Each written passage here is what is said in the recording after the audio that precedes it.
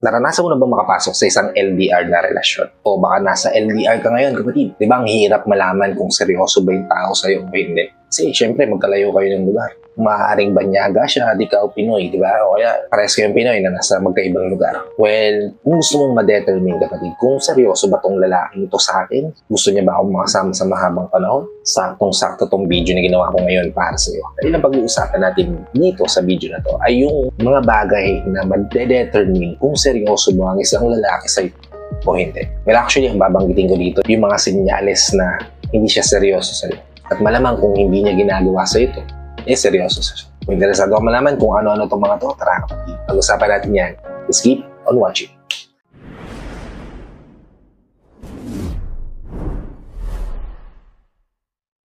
Hi, I'm Gary Opimo at gumagawa ako ng mga videos na katulad nito para matulungan ka na maging best version ng sarili mo at maibigay mo yung best self mo syempre sa taong mahal mo. Kaya kung bago ka pa lang dito sa channel ko, please consider liking this video. Hit the subscribe button and the notification bell para lagi kang updated sa mga videos na tulad nito na i-upload pa natin sa hinaharap. At ang unang-unang senyales kapatid na hindi seryoso ang isang lalaki sa lalo pa at nasa LDR kayo o magkalayo kayong dalawa ay kapag sobrang bagal niya mag-reply o hindi na talaga siya nagre-reply within the day. Lagi ko nga pinapaalala sa inyo na lahat tayo mayroon 24 hours a day, di ba? At sobrang saglit lang naman magpaalam sa taong mahal natin kung ano yung ginagawa natin, naiisip ba natin sila, namimiss ba natin sila, di ba? Para hindi naman sila mag-alala sa atin, di ba? Hindi naman siguro tatagal ng 1-2 minuto yung pag-inform sa kanila kung kamusta ka na, kung okay ka lang ba, kung may maganda ba o hindi na nangyari sa'yo, di ba? Kaya if yung partner mo nasa long distance relation, alam mo hindi siya busy sa mga ganitong oras. So, alam mo wala siyang ginagawa sa mga ganitong oras. Pero hindi siya nagre-reply sa'yo o sobrang bagal na mag-reply. Malaki yung posibilidad na hindi siya seryoso sa'yo. Bakit? Kasi yung kakaunting oras na dapat nilalaan niya sa'yo, hindi niya pa maibigay. So, paano madidiligan yung umuusbong yung pagsasama, di ba? Paano lalago yan? Paano mag-grow yan kung wala siyang oras sa'yo, di ba? Kasi yun talaga yun, kapatid. Kung hindi ka nare-replyan, ibig sabihin wala siyang time na may pag-usap sa'yo, may pag-chat sa'yo, di ba? Wala siyang time sa'yo at all. Kasi napakabilis nga naman talaga mag-reply. Napakadali lang mag-inform sa taong mahal natin, lalo na kung taong mahal talaga natin to, mahal talaga natin yung pakiramdam na ayaw mong mawala siya sa'yo. Hindi mo hahayaan na mamiss yung single second na hindi siya makamusta, di ba? Hindi mo ba iparamdam sa kanya na mahalaga siya sa'yo? So, kung hindi ganito yung pinaparamdam sa'yo ng taong mahal, malamang sa malamang, hindi siya seryoso sa'yo. At yan yung unang senyales. Ikalawa, interesado lang siya na makapag-meet up kapag magtatalik kayo. Ito usually nangyayari na to nowadays na tuwing magkikita na lang kayo, magtatalik lang kayo tapos maghihiwalay na o wala na siyang pakialam sa'yo o hindi na ka pinapansin, busy na siya sa cellphone, hindi na nasa iyo yung full attention niya. Diba? Kapag ganito yung pinaparamdam sa'yo ng isang lalaki, yun ay dahil hindi siya seryoso sa'yo. Kasi ilang beses ba kayo nagkikita sa isang buwan? Diba? Ilang beses ba kayo nagkikita sa isang taon? Yung mga halos 2 taon mo na natapos mo na yung kontrata sa ibang bansa bago pa mag-meet, diba? Well, normal lang na makipagtalik siya sa taong mahal niya kapag nag-meet sila. Pero yung nagipagtali ka tapos wala lang, di ba? Tapos parang hindi mo na maramdaman yung pagmamahal nitong taong to after nyo magtali, di ba? Paiba naman yun. O kaya naman, nagipagkita lang siya sa'yo para makapag-sex, di ba? After nun, hiwalay ka agad, di ba? Ano ka? Laruan? Ano ka? Sex toy, di ba? Hindi naman siguro, di ba? So, kung ganito na yung pinaparamdam sa'yo ng isang lalaki, malamang sa malamang kapatid, hindi siya seryoso sa'yo. Okay? Proceed tayo sa ikatlo. Which is, lagi niyang pinapangako na magko-commit siya sa'yo pero hindi siya nagpa-follow through. Isa pa sa mga usual na nagagawa ng isang lalaki na hindi seryoso sa isang relasyon o sa isang pagsasama ay yung pangako lang siya ng pangako pero hindi niya natutupad. Isang magandang halimbawa na dito, pag-meet kayong dalawa. Siyempre, dalawa kayong excited na makita ang isa't isa, di ba? Pero lagi siyang late, di ba? Okay lang sana 1, 2, 3 times lang siya malilate. Pero always, katakataka na, di ba? Priority ka pa ba niya? Tingin mo, niisip pa ba niya yung oras na magkakasama kayong dalawa? Tingin mo, worthy para sa kanya yung quality time niyong dalawa?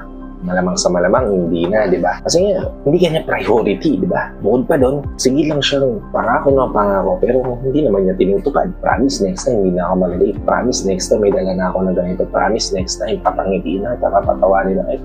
Promise, next time, mag-enjoy ka na. Pero nangyari ba? Hindi, di ba? Kung ganito yung sitwasyon nyo sa relasyon nyo, na pangako lang siya ng pangako pero hindi natutupad. Mabuti pa nga yung nagbigay ng tunay na inaring kasi willing siya na mag-commit dun sa partner niya. Kaya lang, hindi na-appreciate yung tunay na inaring. Well, iba-iba naman tayo ng perspective dyan. Pero kung ganito yung pinaparamdam sa'yo ng isang tao, malamang sa malamang, hindi ka importante sa kanya. Okay? Kasi tayo sa ika-4, which is dumarating lang siya sa tabi mo, nagpaparamdam lang siya kapag gusto niya. Diba? May mga ganyan tao na kapag convenient lang sa kanya, saka lang siya magpaparamdam sa'yo. Saka ka lang niya ma-appreciate, saka lang niya makikita yung value mo, saka lang niya may paparamdam sa'yo pabalik yung pagmamahal na gusto mong maramdaman. So paano kung hindi siya laging okay? Paano kung hindi laging convenient para sa kanya? Na may pag-usap sa'yo, mga pagkita sa'yo, di ba? Paano ka? Paano kayo? Diba? Pag ganito yung pinaparamdam sa'yo ng isang tao, malamang sa malamang, hindi yan seryoso sa'yo. Kasi sino ba namang taong seryoso sa taong mahal niya na magpaparamdam lang ng pagmamahal kapag kailangan lang niya itong tao niya, diba? Hindi, diba? Usually, ginagawa yan ng mga tao sa akin, yung mga makasarili, yung mga tao na nandyan lang sa saya ng buhay niyo pero sa kalungkutan mo wala, diba? Sa kanya naman, pag convenient sa kanya, nandiyan siya sa tabi mo. Pero pag hindi na convenient, pag hindi na okay yung lahat, mawala na siya sa tabi mo bigla. Halimbawa, malungkot ka, may problema ka, may bigat kang dinadala financially, di ba? Or emotionally kang stress o depressed, di ba? Wala siya sa tabi mo. Pero kapag sumweldo ka, may bonus ka, bigla siya nandyan sa tabi mo. May mga ganong sitwasyon o may mga ganyang din tamang tao, di ba? Na darating sa buhay mo at magpapatunay na may mga tao talagang hindi consistent magpakita ng pagmamahal. At malamang kung ganyan yung nararanasan mo sa isang relasyon na meron ka, malamang sa malamang, hindi yan seryoso sa'yo. Okay? At last but not least, kapatid, ang huling senyales na hindi seryoso ang isang lalaki sa'yo, LDR man ang relasyon nyo o hindi, ay kapag masyado siyang hindi komportable kapag ini-express niya yung feelings niya sa'yo o pinag-uusapan niyo yung nararamdaman niyo sa isa't isa. May mga ganitong tao yung biglang mag-change topic, di ba? Kapag seryoso na yung usapan. Kapag nagdi-deep talk na kayo, kapag pinoforesee niyo na yung pangarap niyo sa buhay o kung ano yung magiging kayo sa future, di ba?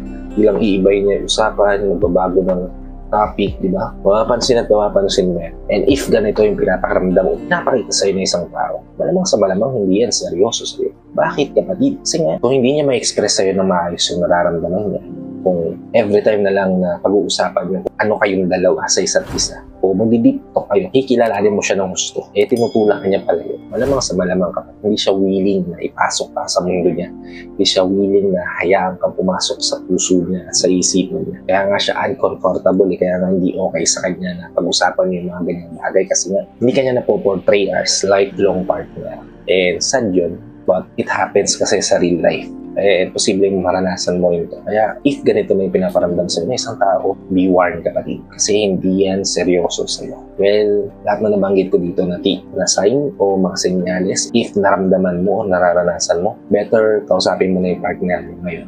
Seryosohin mo na yung tanong sa kanya at kailangan mong marinig yung sagot na deserve mong marinig o maramdaman. Kung seryosohin ka ba niya o hindi. Well, it's up to you na rin, kapatid, kung anong magiging sagot niya. Kung hindi, bibitaw ka na ba o hindi, diba? Ikaw magde-decision niya. And I hope hindi mo maramdaman to kasi hindi mo deserve na binabaliwala at hindi seryoso ng taong pinili mo.